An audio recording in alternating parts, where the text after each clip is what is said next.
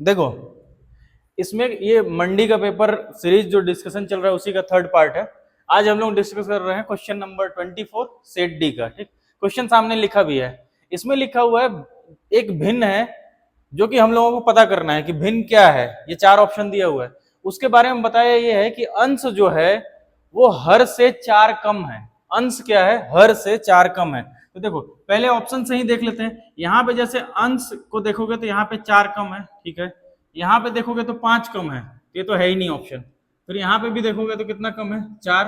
और यहाँ पे कितना कम है? छह। तो ये दोनों तो ऐसे रिजेक्ट हो गया। क्वेश्चन पढ़ते ही एक लाइन। तो कौन सा बचा हुआ है? ए और सी में से कोई आंसर होगा। तो इसके लिए थोड़ा और आगे देख लेते हैं। यदि अंश को दो से कम किया जाए और हर को एक से बढ़ा दिया जाए, तो पहले इसको टेस्ट कर लेते हैं क्योंकि ए और सी में से कोई ऑप्शन होगा।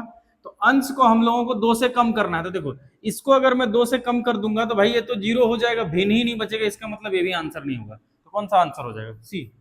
यही करेक्ट आंसर है। देख लो कितना आसान क्वेश्चन है, बिना कुछ सॉल्व किए हुए डायरेक्ट आंसर आ गया। ठीक, पहले ये दोनों रिजेक्ट हो गए थे, बी और डी, क्योंकि अंश और हर का अंतर कितना है? चार आना चाहिए था। लिखा हुआ था ना हर से चार कम है, तो यहाँ पांच कम है, यहाँ पे छह, तो वैसे ही चला गया। ये दो बचे थे, उसमें आगे के स्टेटमेंट हम लोग पढ़े, दो कम करना था अंश में, तो दो कम करते ही ये तो जीरो हो गया, तो भिन्न बचा ही नहीं। फिर एक ही ऑप्शन है ये।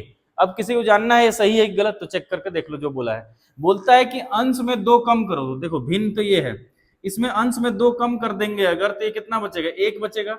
और बोल रहे हैं हर को एक से बढ़ा दो, तो सात से बढ़ के कितना हो जाएगा? आठ। तो लास्ट में बोलता है हर जो है अंश का आठ गुना हो जाता है। देखो हर कितना है? अंश का आठ गुना है कि नहीं? इसमें आठ गुणा करो, हो गया आठ गुना। करेक्ट आंसर क्या था? सी। ठीक, हो गया।